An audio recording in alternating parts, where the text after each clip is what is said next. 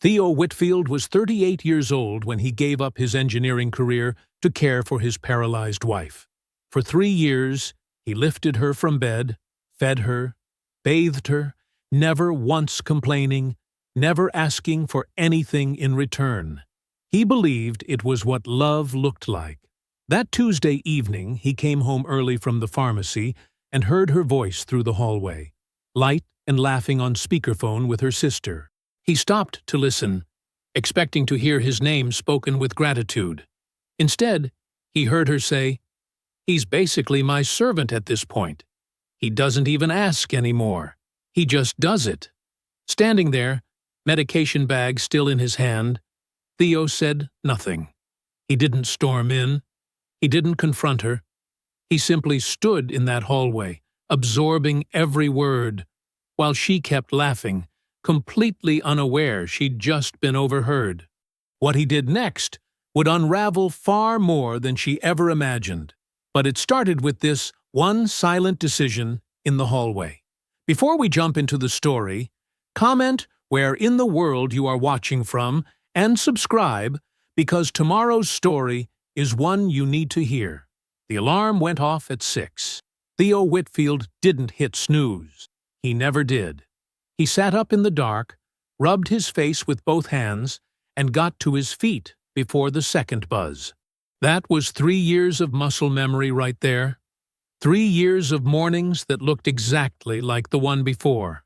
He moved quietly through the hallway, past the framed photos of places they used to travel together. Barcelona, Lisbon, a blurry one from a ferry somewhere near Oslo. He didn't look at them anymore. Not really. He just walked past them the way you walk past furniture. The medical bed was in what used to be the dining room. They'd converted it after Adrienne came home from the hospital. Theo had done most of the work himself, measuring doorways, removing the old table, calculating the clearance for the wheelchair. Old habits. He'd been a structural engineer for 11 years before the accident. Now he was this. He pushed open the door softly. Adrienne was awake. She usually was by now, lying on her back, staring at the ceiling with an expression that had once looked like sadness, but lately just looked like impatience. "Morning," Theo said. She didn't look at him. "My neck is stiff again. I'll adjust the pillow after I get you up." He went through the motions the way a surgeon works. Sure hands, no wasted movement. He locked the bed rails, slid one arm beneath her shoulders and one under her knees, and lifted. She was lighter than she'd been 3 years ago. That worried him sometimes. He carried her to the wheelchair, settled her in, checked the footrests, adjusted her position until she was sitting straight. "Too far left," she said. He shifted her. "Better?" She didn't answer. She was already reaching for her phone. Breakfast was scrambled eggs, lightly salted, with a glass of orange juice, and her morning medications lined up on a small ceramic dish. The blue one she'd asked for, because the white dish looked clinical. He'd driven to 3 different stores to find the blue one. He set it in front of her, and she typed something on her phone without looking up. "Felix is coming at 10, she said. "I know. I put it in the calendar. He might stay for lunch.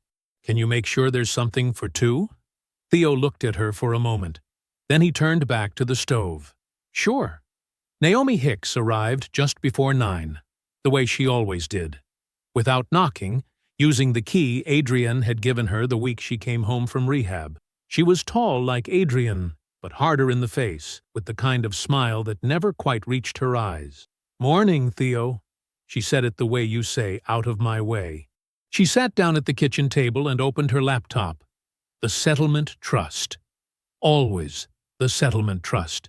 Adrienne's accident had resulted in a substantial payout from the other driver's insurance, enough to cover years of care, lost income, medical equipment. Naomi had offered to manage it. Adrienne had agreed.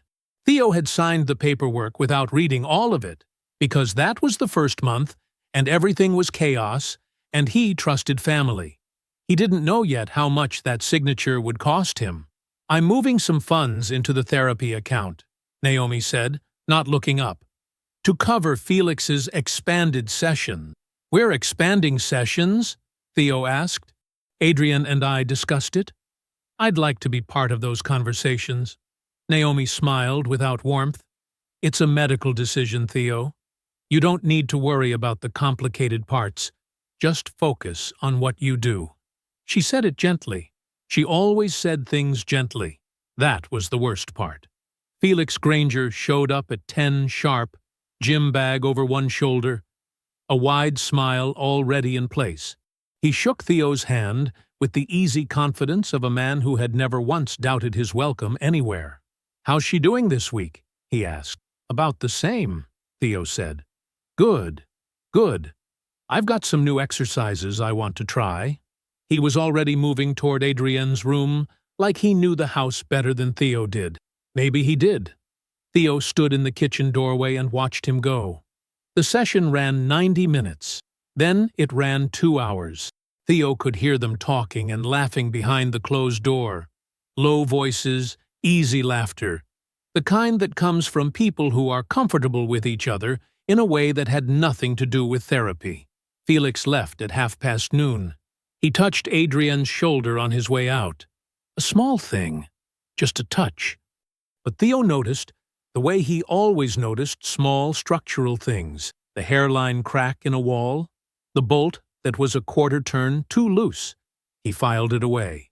There were other things he had filed away too. Little things that hadn't added up. The way Adrienne startled, actually flinched, when he came into a room without warning. The calls she ended too fast, her voice switching registers mid-sentence. The phone she tilted away from him with a practiced, casual movement that wasn't casual at all. Small things. The kind of things you explain away when you love someone. Theo was starting to stop explaining them away.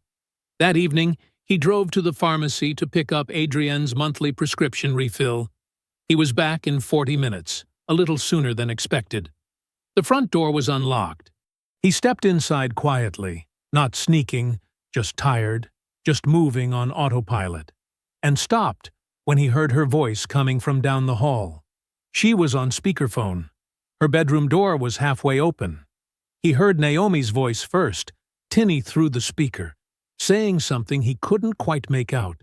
Then Adrienne laughed. It wasn't the polite, careful laugh she used around him. It was loose and real and easy. And then, in that bright, unbothered voice, she said, "He's basically my servant at this point. He doesn't even ask anymore, he just does it." Theo stood in the hallway. The pharmacy bag was in his hand. The pills inside it rattled faintly when his grip tightened. He didn't move. He didn't make a sound. He just stood there in the dim hallway, while the words settled over him like dust after a building comes down. Slow, quiet, and covering everything. Then he took one careful step back, and another, and he slipped back out the front door without a sound. He sat in the car for a long time. The engine was off. The pharmacy bag was on the passenger seat. The neighborhood was quiet, just the sound of a dog barking 2 streets over and the low hum of someone's sprinklers cutting on in the dark. Theo didn't cry. He didn't punch the steering wheel. He didn't do any of the things a person in a movie might do in this moment. He just sat there with both hands in his lap and let himself feel the full weight of it. He's basically my servant at this point. He turned the words over in his mind the way he used to turn over a bad set of blueprints, looking for the exact place where everything had gone wrong. Not the moment she said it. That was just when he'd found out. The wrongness had started somewhere else, somewhere earlier. He just hadn't seen it yet. He sat in that car for 11 minutes. He knew because he watched the clock on the dashboard the whole time. A habit from years of managing project timelines. Then he picked up the pharmacy bag, got out of the car, and walked back inside. Adrienne was in bed, phone face down on the blanket, the room dim. She looked up when he came in. "You were gone a while," she said.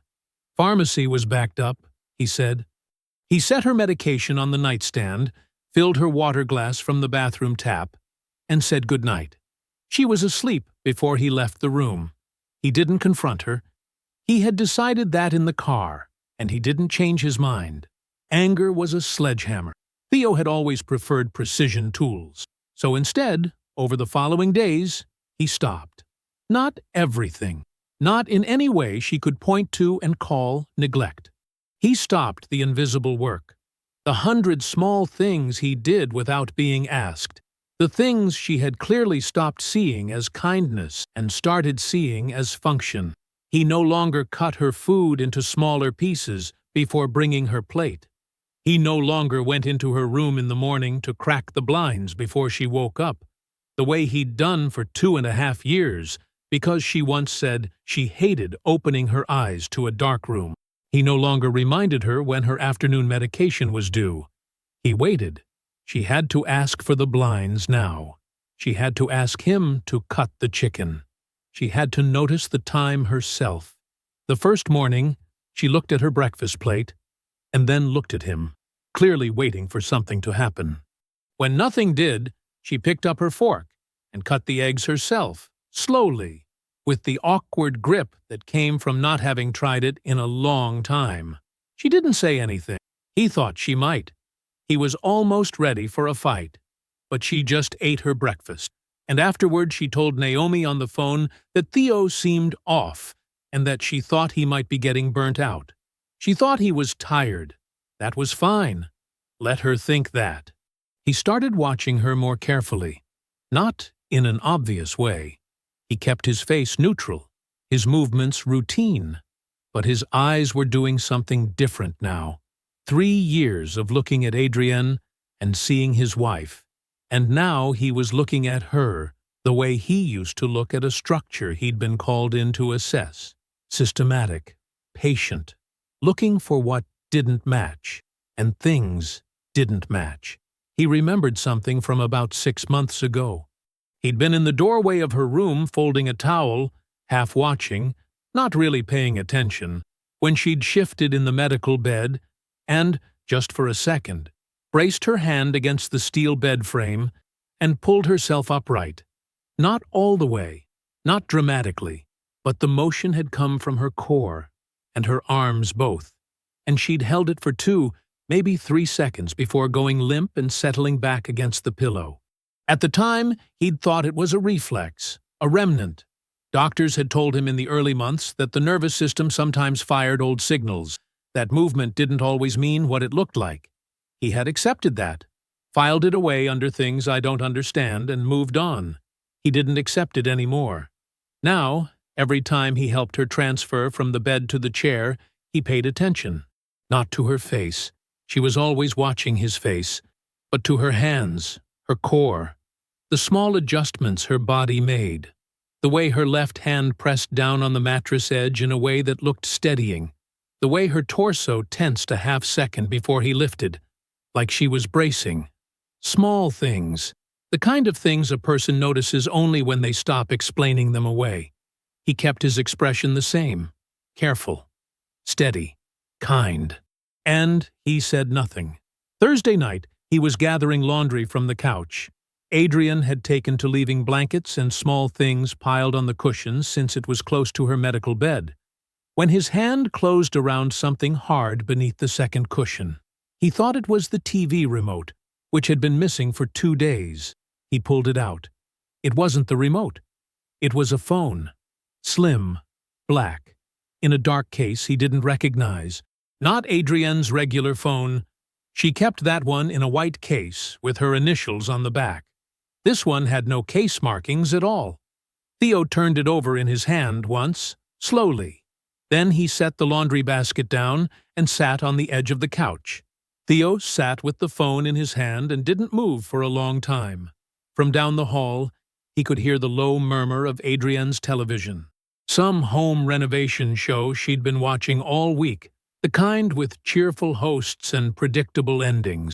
The sound of it felt strange now, like a soundtrack from another world. He set the phone on the cushion beside him and finished gathering the laundry. He carried the basket to the washing machine, loaded it, started the cycle. He went to the kitchen, poured himself a glass of water, and stood at the sink, drinking it slowly, while the machine hummed behind the utility room door. Then he walked back to the living room, picked up the phone, and slipped it into his pocket. He waited until she was asleep. That took about 40 minutes. He checked on her twice, once to bring her evening medication, which she asked for with the same flat, distracted tone she'd used all week, and once to collect the dinner tray she'd left balanced on the arm of her chair. Both times, she barely looked at him. Both times he smiled and asked if she needed anything else. Both times, she said no. He watched the light under her door until it went dark. Then he waited another 15 minutes just to be sure, sitting at the kitchen table with his water glass and the kind of patience he used to need when waiting on city permits. Then he took out the phone. The screen lit up with a 4-digit passcode prompt. He looked at it for a moment. Then he typed in 28124, the month and year of their wedding anniversary. It opened. He found the messages almost immediately. The contact was saved simply as FGPT, Physical Therapist, Felix Granger.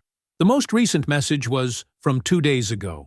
He started at the beginning of the thread and worked forward, methodically, the way he would read through a contractor's report, not skimming, not jumping ahead, just taking it line by line, absorbing each piece before moving to the next.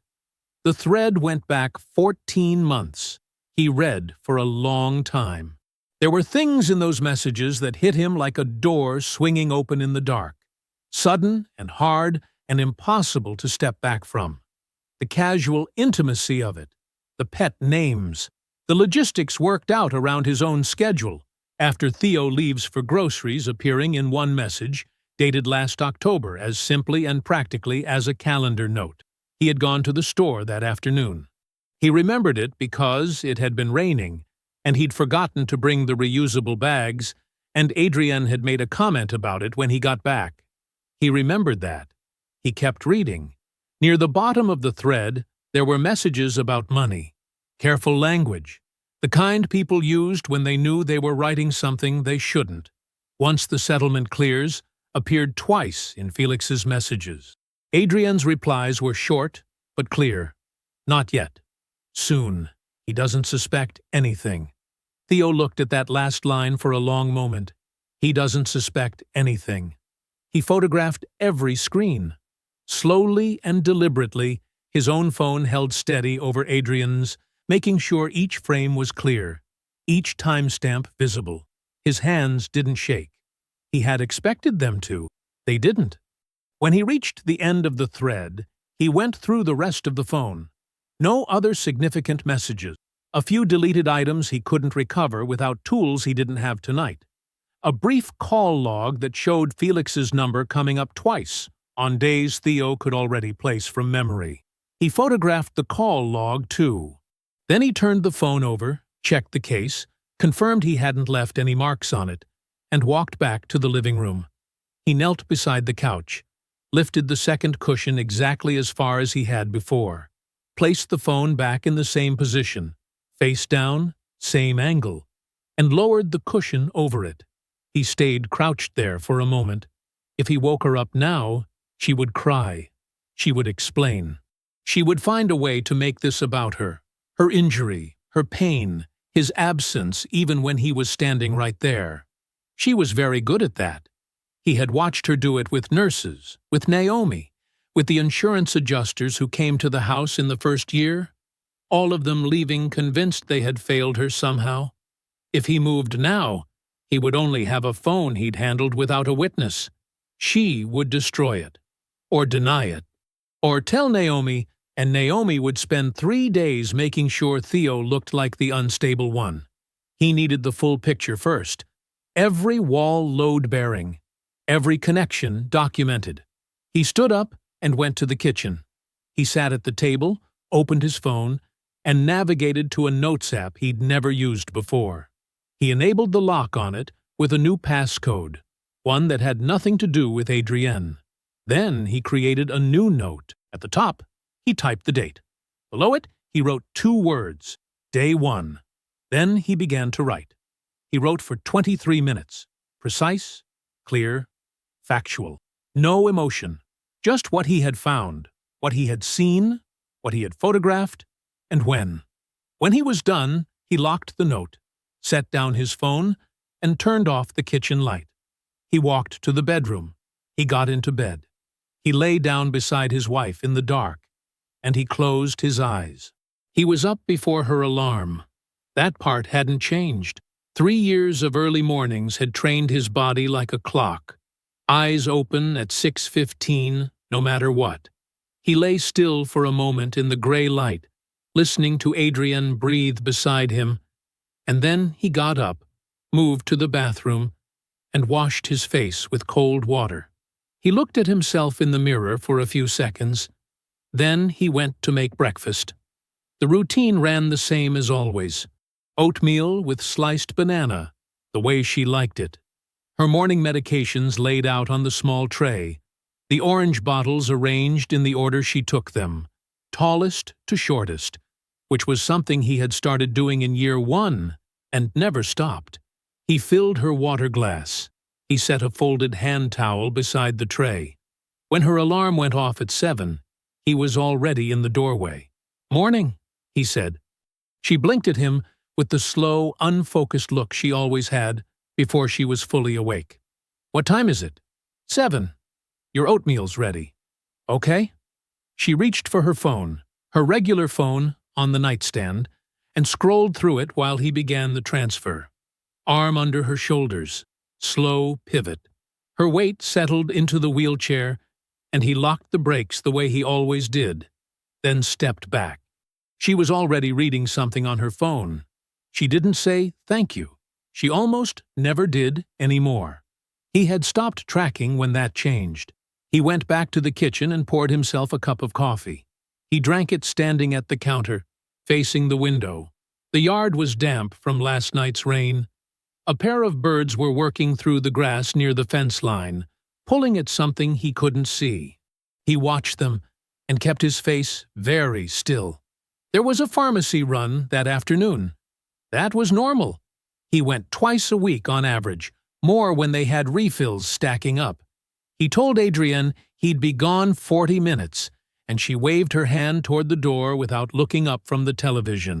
He sat in the pharmacy parking lot after picking up the prescriptions and opened the bank app on his phone.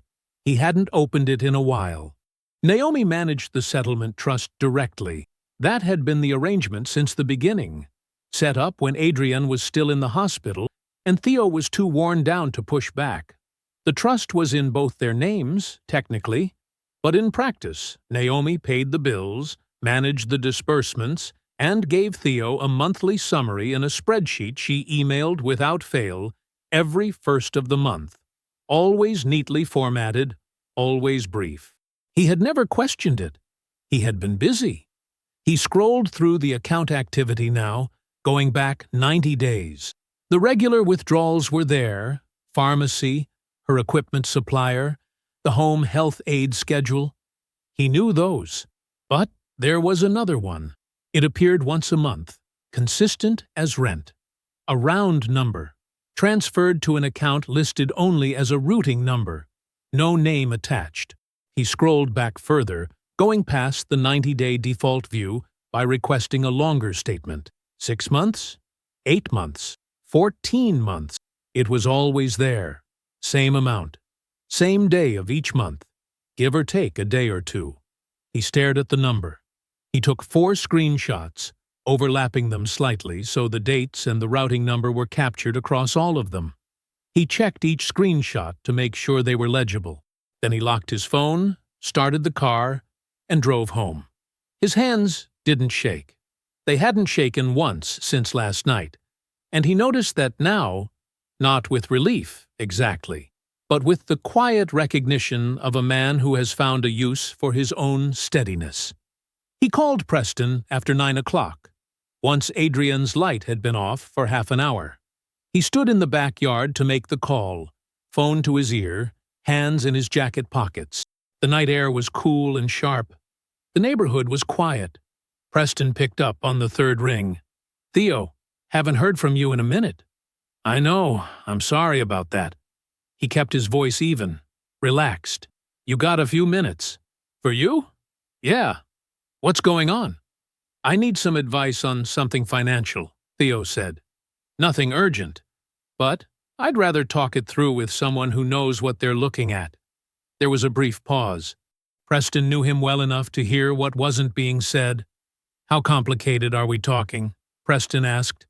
"I don't know yet," Theo said. "That's part of the problem." Another pause. Shorter this time. "I don't want to do this on the phone," Preston said. "Can you come to me? I've got Thursday morning open." "Thursday works. You good, man? Honestly?" "Yeah," Theo said. "I'm fine." He wasn't sure if that was true, but it wasn't a lie he felt bad about. They confirmed the time and hung up. Theo stood in the yard for another minute, breathing the cool air. Then he went inside, sat at the kitchen table, and added the bank screenshots to the private notes file alongside the photographs from the night before. He looked at what he had so far. Then he opened his calendar and typed in Thursday's appointment. "Doctor," he wrote. Nothing else. He showed it to no one. He didn't need to. Adrienne would see it if she checked. But she wouldn't check, because she never did. Because it had never mattered to her what he did with his days, as long as he was there when she needed him. That, he thought, was something she had miscalculated. Preston's office was on the 4th floor of a brick building downtown, one of those older ones with tall windows and heavy doors that swung too slowly. The waiting area smelled like coffee and old paper. A woman at the front desk nodded Theo through without asking his name. Preston was standing behind his desk when Theo came in. He was a broad-shouldered man with close-cut hair and the kind of face that didn't give much away in professional settings. A skill, Theo had always suspected, that he had practiced deliberately over the years. They shook hands. Not the loose, casual kind. The kind that meant, "I'm paying attention." "Sit down," Preston said. Theo sat. He pulled out his phone and slid it across the desk without preamble.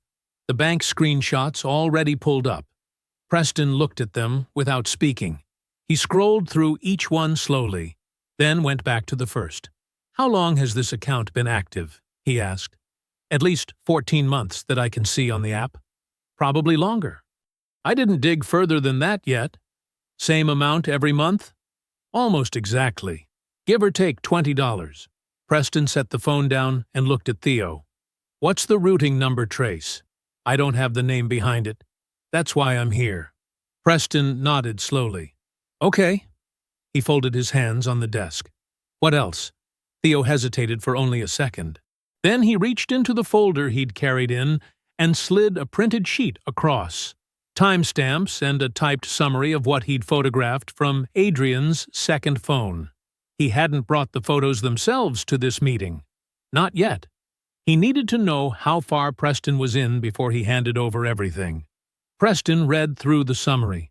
His expression didn't change. When he finished, he placed the sheet down carefully, the way a man places something down when he's working to keep his reaction private. "You photographed the messages?" "Yes." "And the phone is still in the house?" "As far as I know. I put it back exactly where I found it." Preston was quiet for a moment. He turned in his chair and reached for a filing cabinet behind him. He opened it and thumbed through a row of folders with practiced ease until he found what he was looking for. He pulled out a manila folder, thick with paper, and set it on the desk between them. "You sent me these 3 years ago," Preston said, "when the trust was set up. I wasn't handling it. You were using that family lawyer, the one Naomi found. But you emailed me the paperwork anyway and asked if it looked right." He paused. "I said it was standard. I remember. I shouldn't have said that. I skimmed it." He opened the folder. "I'm not skimming it now." They went through it together, page by page. Theo had signed a management authority clause he barely remembered. 10 pages into a document he'd reviewed while running on 4 hours of sleep in a hospital waiting room. The clause gave Naomi full disbursement rights over the trust's liquid holdings, with no requirement for dual approval on withdrawals under a specified amount. The amount written into that clause was high enough to cover the monthly transfers Theo had found. And then some. She wrote herself a door, Preston said quietly. And you signed it. Theo said nothing. Preston continued working through the documents.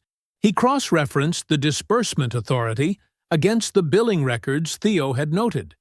Felix Granger's sessions, billed monthly through a separate invoice line labeled Specialized Therapeutic Services, at a rate nearly double his standard fee.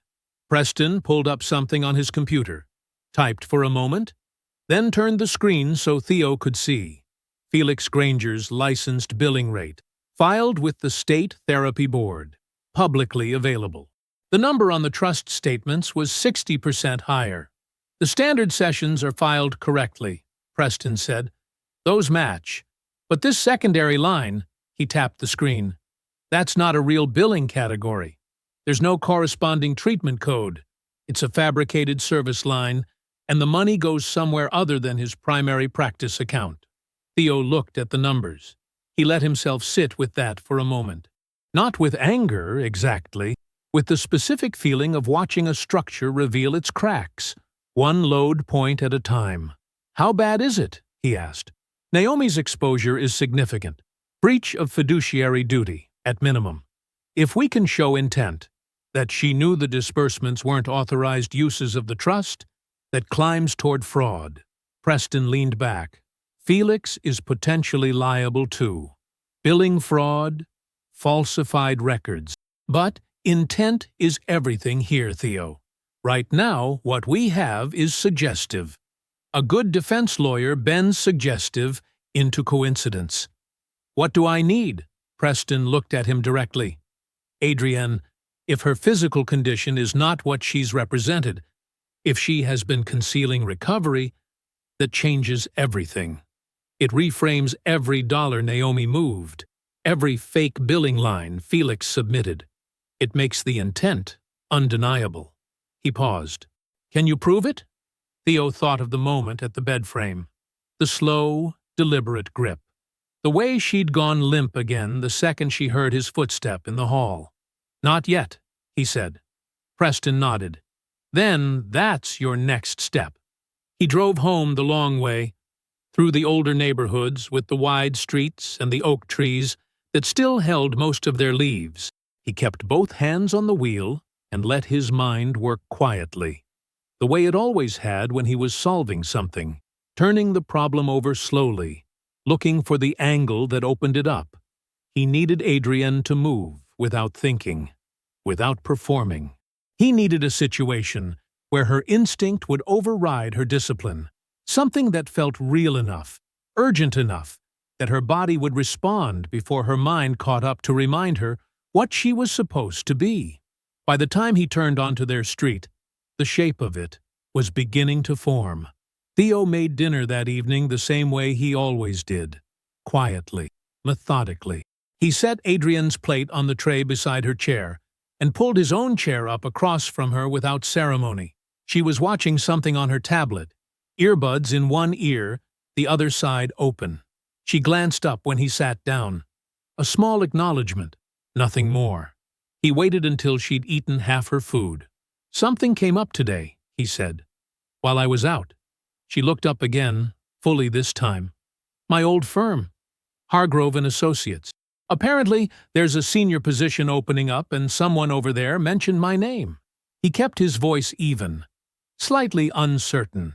He wanted to sound like a man who wasn't sure how he felt about it. They want to set up a call, maybe an interview. Adrienne was quiet for a moment. Her expression shifted, not dramatically, just a subtle tightening around her eyes.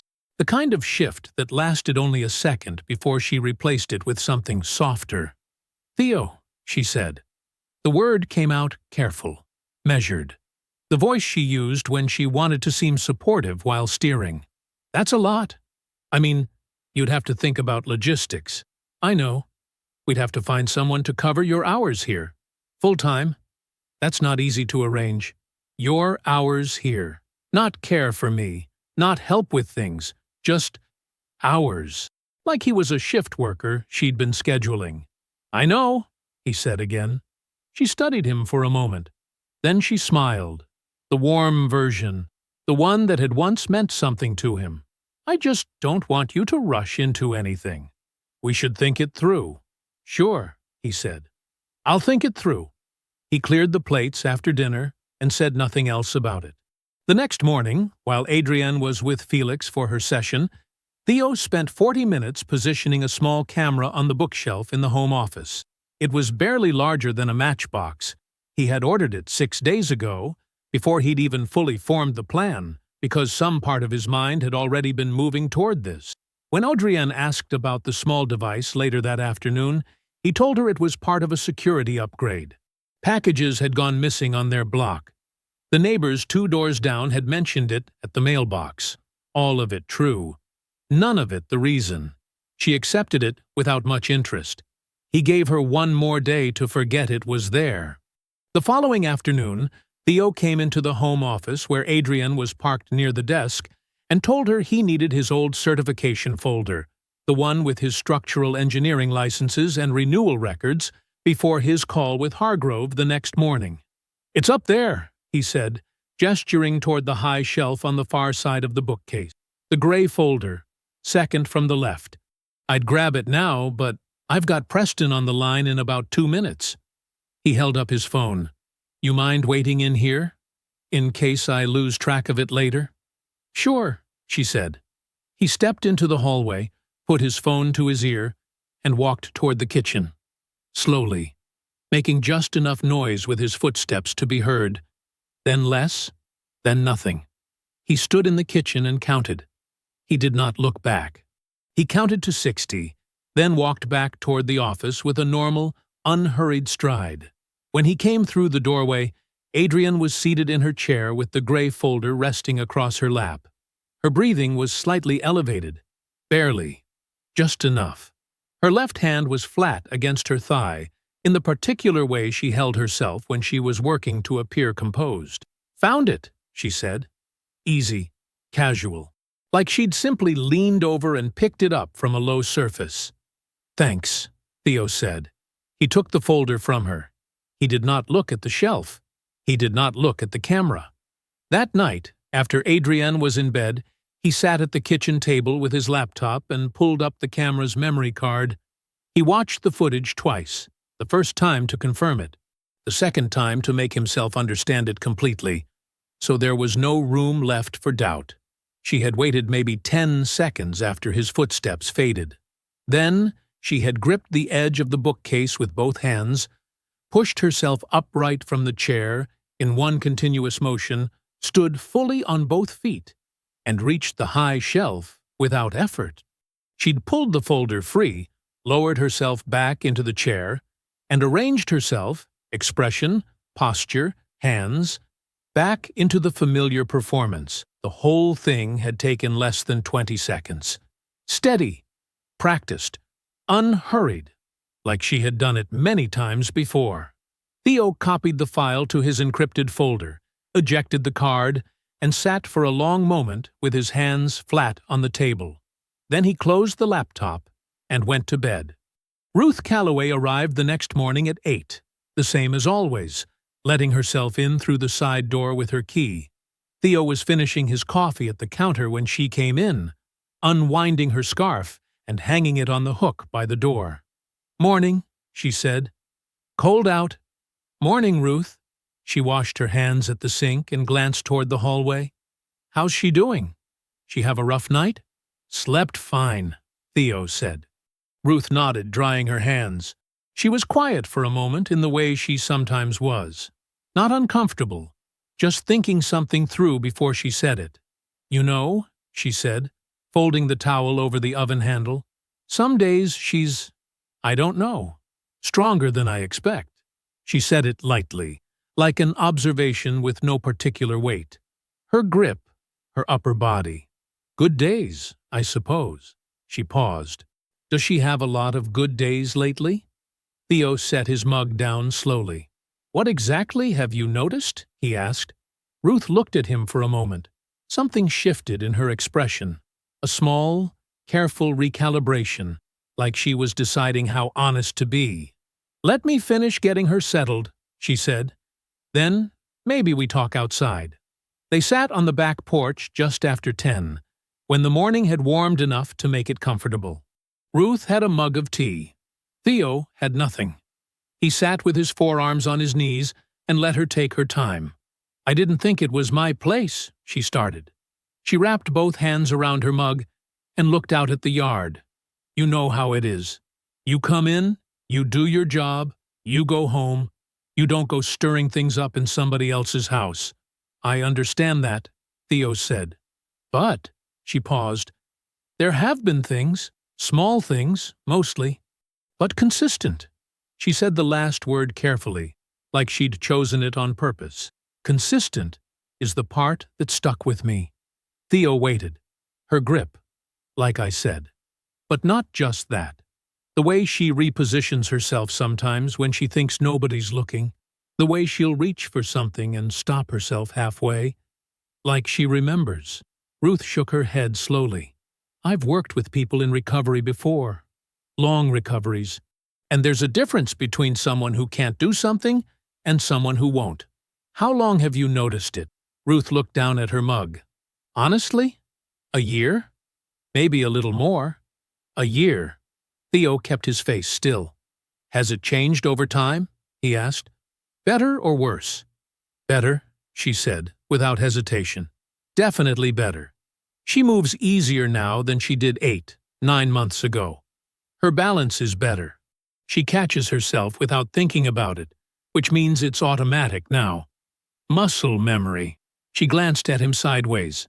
That doesn't happen without someone working with her. Theo nodded slowly. Ruth, do you remember any appointments she had outside the house? In the last year and a half or so? Ruth thought about it. She turned the mug in her hands. There was one, she said. About, I want to say, 18 months back. Maybe a little more. She asked me to drive her. A small pause. She specifically asked me and not you. Said she didn't want you to fuss over it. A follow-up evaluation, she called it. Over at Meridian Rehabilitation. Theo's jaw tightened, just briefly. Meridian, you remember the name of the clinic? Only because I sat in that waiting room for 2 hours reading a magazine about houseplants. Ruth's mouth pressed into a flat line. I remember thinking it was a long time for a follow-up. And she never mentioned it to me. It wasn't really a question. Ruth heard that and answered it anyway. No, she said quietly. She told me not to. Said it was just routine, and she'd tell you about it later. She looked at him directly for the first time since they'd sat down. I assumed she had. Theo made the call from his car, parked 2 blocks from the house. He identified himself clearly. Theodore Whitfield, Adrian Whitfield's spouse, listed as an authorized contact on her original intake forms from 3 years prior. The woman on the phone at Meridian Rehabilitation was efficient and polite. She put him on hold twice. He sat and watched a sparrow land on someone's fence post, and then leave. When she came back, she told him the records could be released in accordance with his listed authorization. He asked her to read him the summary notes from the evaluation dated approximately 18 months ago. She did. Significant partial motor recovery of the lower extremities. Voluntary movement confirmed in both legs. Muscle strength assessed at functional range for assisted ambulation, and, with continued therapy, potential independent mobility over time. Patient counseled on expected trajectory. Theo wrote every word down in his notes app. Then the woman read him the attached therapy recommendation, signed by Felix Granger, physical therapist, dated 3 days after the evaluation. Given patient's complex adjustment profile and the established at-home care structure, recommendation is for continued full-time in-home caregiver support and maintenance of current therapy regimen. Continued full-time in-home caregiver support. Theo read that line back to himself twice after he hung up. Not transition toward independence. Not reassess caregiver reliance. Not prepare for increased self-sufficiency. Continued full-time in-home caregiver support. Felix had known. He had sat in this house, week after week, looking Theo in the eye. And he had known.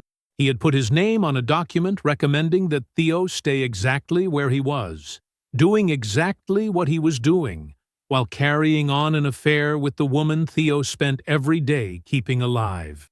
It wasn't an omission. It wasn't someone looking the other way. It was a decision, made deliberately, maintained carefully, by both of them. Theo sat in the car for a long time. He added the clinic notes to his file and stared at the screen until the words stopped feeling sharp and started feeling like evidence. Then he drove back to the house. Ruth was in the kitchen when he came in. She took one look at his face and set down the dish she was drying. "What did you find?" she asked. He told her, briefly, plainly, without editorializing, the evaluation, the recovery notes, Felix's recommendation. All of it documented, all of it dated. Ruth was quiet through all of it. When he finished, her expression had gone very still, the particular stillness of someone containing something strong. "That man," she said, low and even, "sat at this kitchen table and drank coffee I made him." "Yes," Theo said. She set the dish towel down on the counter with a precise, controlled motion. "You tell me what you need from me," she said. "Dates, times, everything I saw. Whatever helps. I'll say every word of it to whoever needs to hear it." The call came on a Tuesday morning. Theo was washing dishes when his phone buzzed on the counter. He dried his hands before picking it up. The number was one he recognized, the main line for Harwick & Cole Structural Engineering, his former firm.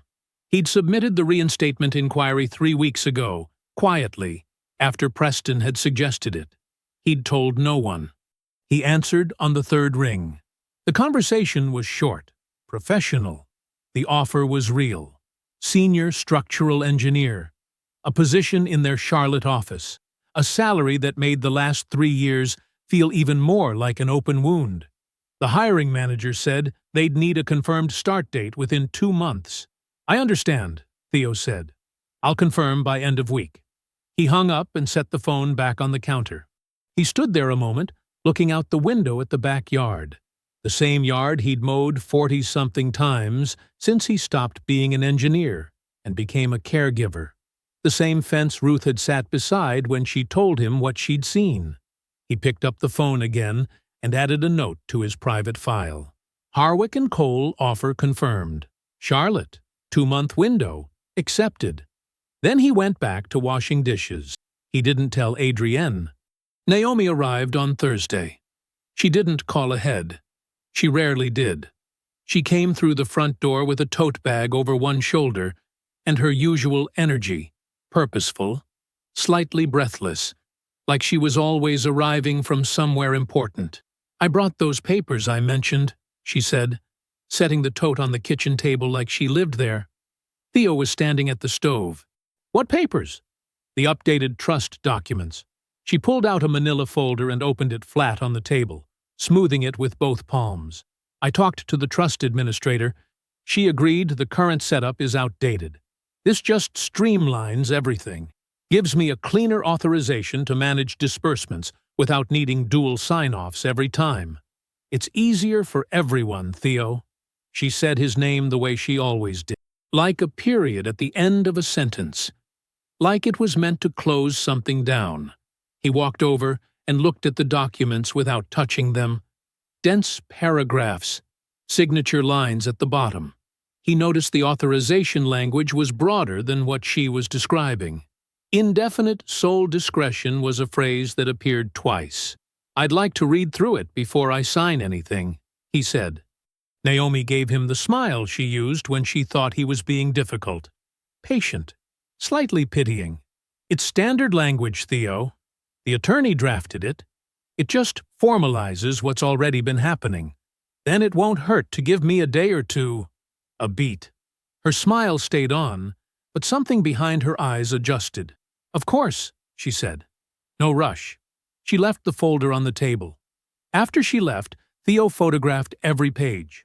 Then he sent the images to Preston with a single message. "New trust paperwork. Naomi wants me to sign." Preston's reply came 2 hours later. "Don't touch it. Call me tonight." They talked for 40 minutes. Preston's voice had the careful, measured quality it always carried when something had shifted from complicated to serious. He'd reviewed the language twice before calling back. "If you'd signed this," Preston said, "any claim against the trust would have had to go through Naomi as sole administrator. No dual oversight, no external audit trigger. The existing withdrawals would have been buried under the new authorization framework." A pause. She knew exactly what she was doing. "I know," Theo said. "This isn't someone trying to make things easier, Theo. This is someone trying to close a door before it gets kicked in." Theo was quiet for a moment. He was sitting in his car again. He'd made a habit of that. The car had become the one place in his life with no cameras, no Adrian, no performances required. "Are we ready?" he asked. He heard Preston exhale slowly. "Yes, we're ready." The file was complete. Preston had spent 2 weeks verifying each piece. The affair texts, time-stamped and photographed. The trust withdrawal records, 2 years of redirected funds, some into Naomi's business accounts, some into payment logs under Felix's therapy billing. The surveillance footage from the home office, clear and dated, showing Adrian standing and walking unassisted. The Meridian rehabilitation records, obtained through Theo's authorized access, documenting the recovery assessment and Felix's recommendation that directly contradicted it. And now Naomi's new paperwork, added to the pile as the clearest evidence of intent. "I'll set up the meeting," Theo said. He drove back inside. He sat at the kitchen table where Naomi had laid her documents flat and smoothed them with her palms, confident that he would simply sign. He looked at the empty space where the folder had been. Then he picked up his phone and called Naomi first, then Adrian's room. He told them both the same thing. He'd made a decision about the job offer and wanted to talk it through together, as a family. Saturday afternoon.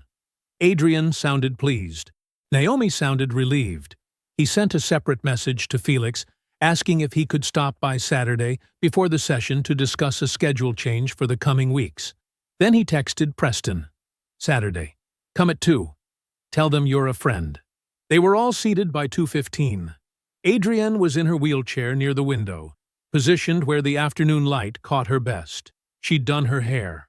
She'd put on the blue cardigan she knew Theo liked. Small details, old habits. She was performing before anything had even started.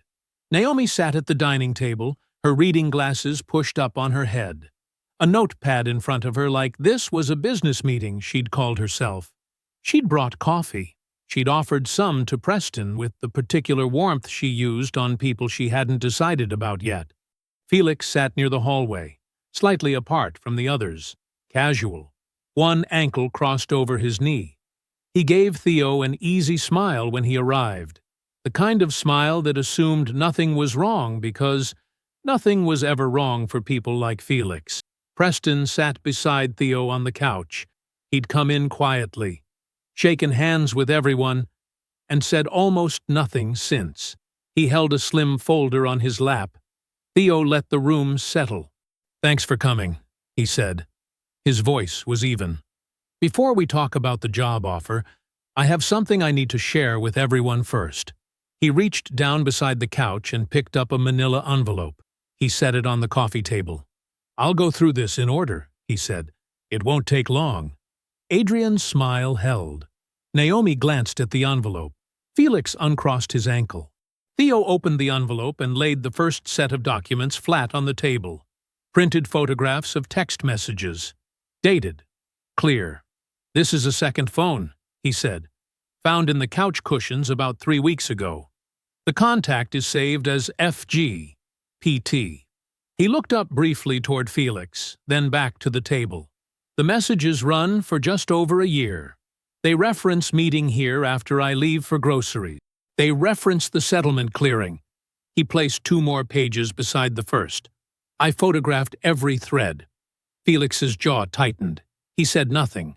Adrian said, "Theo, I'm not finished." He set the next set of documents beside the phone images. bank statements, a full column of withdrawals highlighted in yellow. These are 2 years of outgoing transfers from the settlement trust. Some went into an account registered to Naomi's business. He didn't look at Naomi.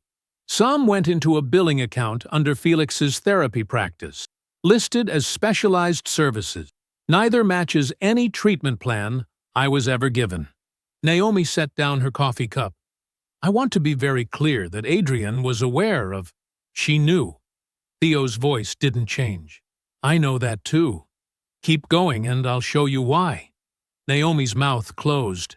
He placed the third item on the table, a printed still from the security footage, time-stamped. The image showed Adrian standing at the bookshelf in the home office, fully upright, one hand reaching toward a high shelf. This was taken 10 days ago, Theo said. The camera's been there for 2 weeks. I installed it under the premise of a home security upgrade. I told her it was for package theft. The room was very quiet. Adrian stared at the image. The color had drained from her face. And this, Theo said, placing the final set of papers down, is a medical reassessment from the Meridian Rehabilitation Clinic, 18 months ago. It documents significant partial recovery, mobility in the lower extremities, functional movement. Adrian attended this evaluation without telling me. He turned to Felix. Your signature is on the therapy notes from that same period. You recommended continuation of full-time at-home care, despite what the evaluation found. Felix stood up. I think I need to call my... You can call whoever you need to call, Preston said. He hadn't raised his voice. He hadn't moved. But the documentation I outlined in that folder has already been submitted to your professional licensing board and forwarded to my office's legal filing system. Sitting down won't change that. Neither will leaving. Felix sat back down. Slowly. Naomi pointed at Adrienne. She told me the arrangement was fine. She told me he wouldn't notice. I was managing money for a situation she described. You redirected funds from a care trust into your own failing business, Theo said. Preston has the transfer records. Every one of them. Naomi's voice disappeared somewhere between one word and the next. Then Adrian started crying. It came on fast and soft, the way it always did when she needed it. Her shoulders dropped. Her chin dipped. She pressed 2 fingers to her lips. Theo. Her voice broke on his name just right. Whatever you think this looks like, I was scared. I've been scared for 3 years. I didn't know how to tell you about the assessment, because I didn't want to lose. She stopped, took a breath, looked at him with wet eyes. You're my husband. After everything we've been through together. You can't just... Do you remember? Theo said quietly. About a month ago, when you were on the phone with Naomi? She blinked. You said... And I'm going to say it exactly the way you said it. He's basically my servant at this point. He doesn't even ask anymore. He just does it. He let that sit for a moment. I was standing in the hallway with your prescription. I'd just driven to the pharmacy and back. Adrienne's tears kept falling, but something behind her eyes went very still. This isn't anger, Theo said. I need you to understand that. I'm not doing this because I'm angry. I stopped being angry a long time ago. He looked at her steadily. This is 3 years of patience. That's all it is. And it's spent. He picked up Preston's folder from the table and straightened the edges against his palm. I'm filing for divorce. Preston is pursuing legal action on the trust. He looked at Naomi, then at Felix. You'll both be hearing from his office. He stood up. By the door, where no one had noticed it sitting all afternoon, was a single packed bag. He picked it up by the handle. I'll send someone for the rest of my things, he told Adrienne. He opened the front door and walked out. Behind him, no one said a word. The divorce filing went in on a Thursday. Theo sat across from Preston in his office and signed his name in 4 places. His hand was steady. Preston notarized the pages, slid them into a courier envelope, and said he'd walk them over himself. You doing okay? Preston asked. Yeah, Theo said. And he meant it. That same afternoon, Preston submitted the fraud report to the state attorney's office. The trust withdrawal records, the forged billing statements, Naomi's business account transfers laid out in a clean timeline that left very little room for argument. The complaint to Felix's professional licensing board went in the same day, attached to the concealed medical reassessment and Felix's falsified therapy notes with his signature circled in red. Theo drove home to his apartment, a small, clean two-bedroom he'd rented the week before the meeting, and ate dinner at a table with no one else sitting at it. It was the quietest meal he'd had in 3 years. He didn't mind the quiet at all. The consequences didn't arrive all at once. They came the way structural failures do, one crack spreading to the next, each one making the others worse. Naomi was the first to feel it. The fraud investigation moved faster than she'd expected. Without the steady stream of diverted trust money propping up her cash flow, her business ran dry within 6 weeks. She closed the storefront. Then the investigators froze her remaining accounts pending the hearing. Her lawyer told her to prepare for civil liability at minimum, criminal charges at worst. She called Adrian twice a day for the first month. Then Adrian stopped picking up. Felix lost his license in the spring. The licensing board's review took 11 weeks. Ruth testified by written statement. The medical clinic provided its own records. Felix hired an attorney who tried to argue the falsified notes were clerical errors, documentation oversights, nothing more. The board disagreed. They revoked his license, issued a formal finding of professional misconduct, and referred the case to the State Insurance Fraud Unit for further review. Felix's practice closed. The sign came down from his office door on a Tuesday, and nobody put a new one up. Adrian's situation took longer to unravel, and it unraveled harder. The insurance fraud charges followed the divorce proceedings by about 2 months. The concealed recovery, documented clearly in the reassessment, confirmed by Ruth's testimony and the surveillance footage, was enough. Her attorney negotiated where he could, but the case wasn't complicated. She had received ongoing disability-based settlement payments for a condition she'd known for 18 months was partially resolved. The numbers were specific.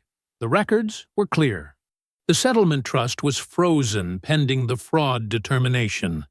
The divorce left her with none of Theo's income, none of his care, and none of the financial buffer Naomi had been quietly maintaining. The house, which had carried Theo's name on the mortgage, went into the proceedings too. Theo didn't watch any of it unfold up close. He got updates from Preston, read the relevant documents when they required his signature, and kept his attention pointed forward. He started work in the new city on the first Monday of April. The firm was mid-sized, focused on commercial infrastructure, bridges, load-bearing retrofits, the kind of structural analysis that required patience and precision. His old supervisor had put in a direct word. His first week back, he sat in a review meeting, looked at a set of blueprints spread across a wide table, and felt something settle back into place inside him that he hadn't realized was still missing. He ran on Saturday mornings. He called his mother on Sundays. He bought a road bike he'd been thinking about for years, and learned, slowly, that he still remembered how his legs worked when no one needed anything from them. Old colleagues reached out. A few became friends again. He had dinner with people who talked about things other than medication schedules and insurance forms. He slept without listening for a call from the next room. The months built on each other the way good months do. Quietly, without drama, each one slightly steadier than the last. 2 years after he walked out of that living room with one packed bag, Theo drove back through his old neighborhood on his way to a site meeting 40 minutes outside the city. It was a Thursday morning in October, the sky a flat, even gray, the trees just starting to let go of their leaves. He turned onto the old street without thinking about it much. It was the more direct route. The house looked smaller than he remembered. The front yard had gone a little rough. The window box Theo had installed the first summer of their marriage was still there, but empty now. He looked at it for the length of a stoplight. No tightness in his chest, No old pull of grief or anger rising up to meet him. Just a house on a street he used to live on, sitting there the way things do when you've moved past them. The light turned green. Theo drove. I hope you enjoyed that one. Be sure to like the video and subscribe so you don't miss the next story. I've picked out 2 more for you that I think you'll really like.